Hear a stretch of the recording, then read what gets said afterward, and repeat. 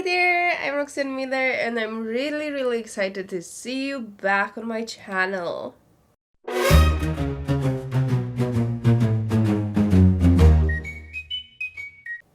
I am very much interested in this subject because it's a practice that I'm still working with.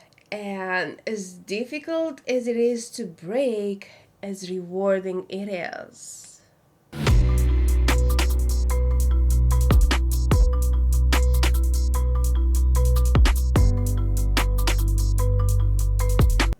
Are you wondering what it is? Well, I'm going to tell you. It's negative self-talk. Do you jump on yourself when you do something you shouldn't? I am always No, I'm going to rewire that. I used to be the kind of person that would kick their own butts for things they say, for oversharing, and sometimes even conversations from 25 years ago pop in my mind, and I'm like, I should have said something different then.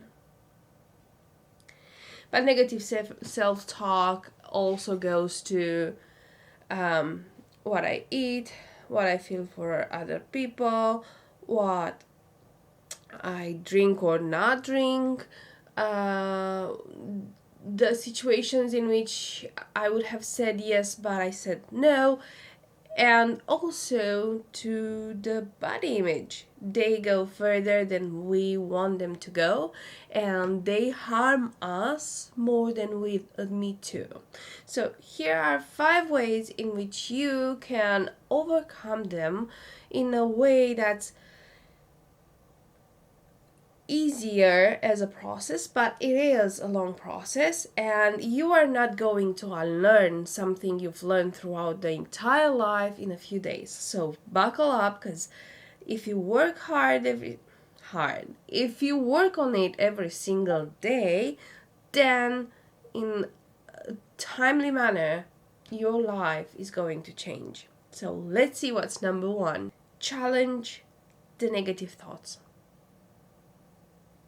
Sounds interesting, right? Well, let's think about it like this. If all of a sudden you say, you are a fat pig. Yes, that's something we would say. I would say. And I'm sure I'm not alone. Are you really?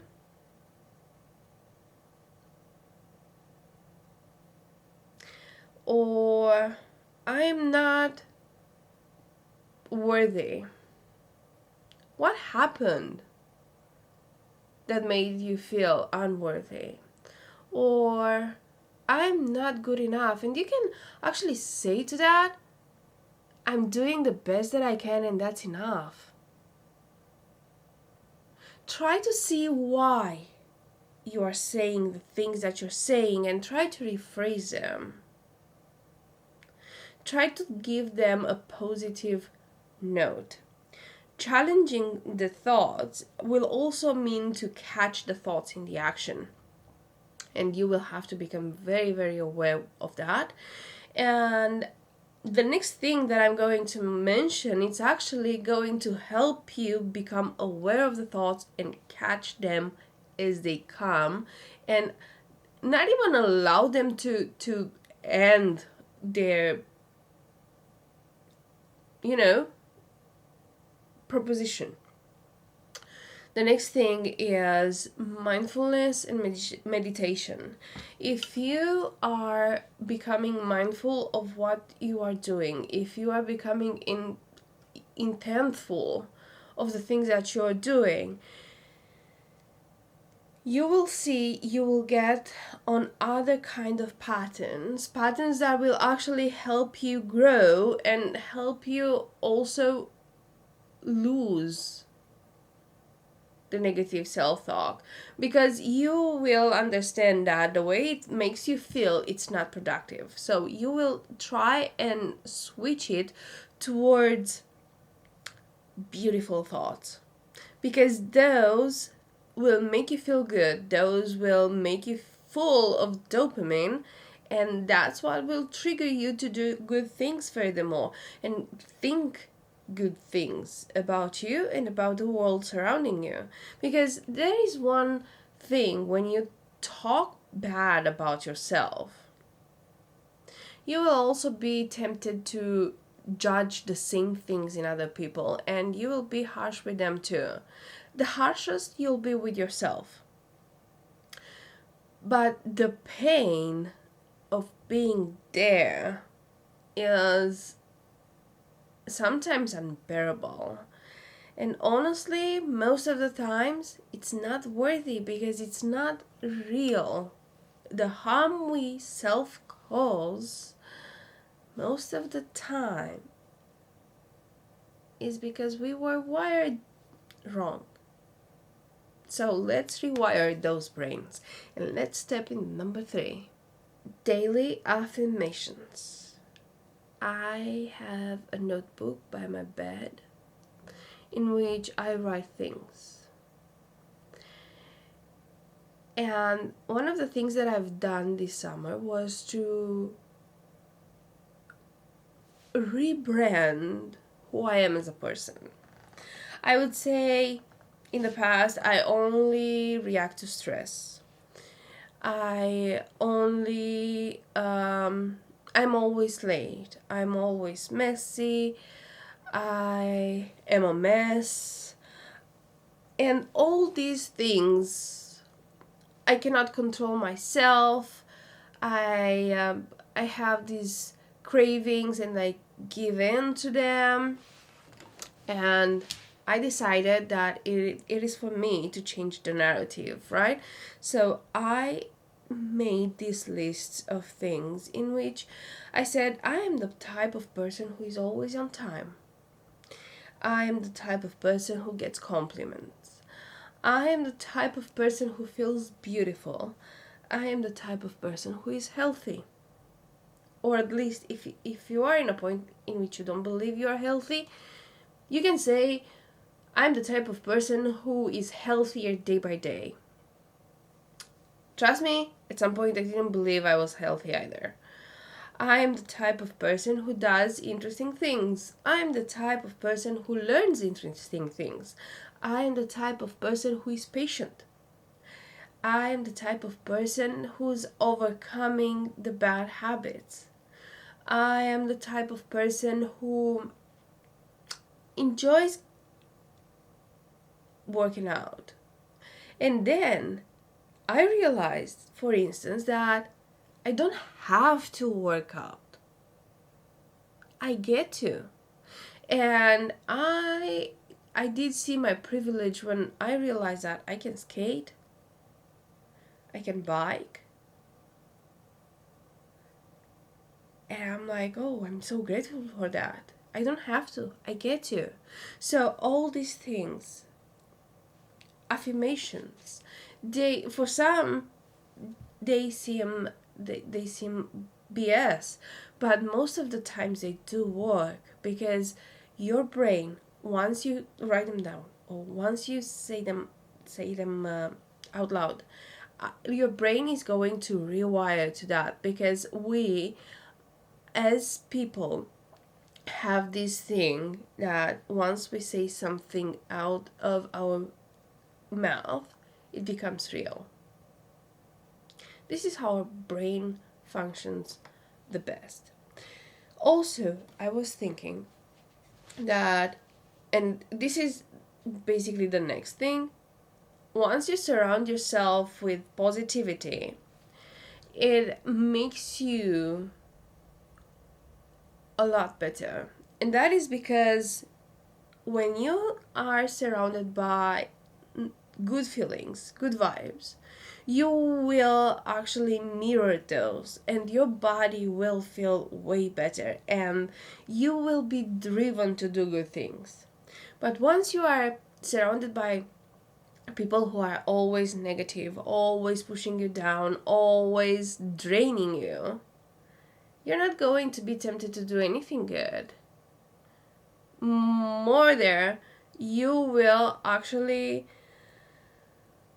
push towards the coping mechanisms that make us feel good, but most of the time they are not healthy.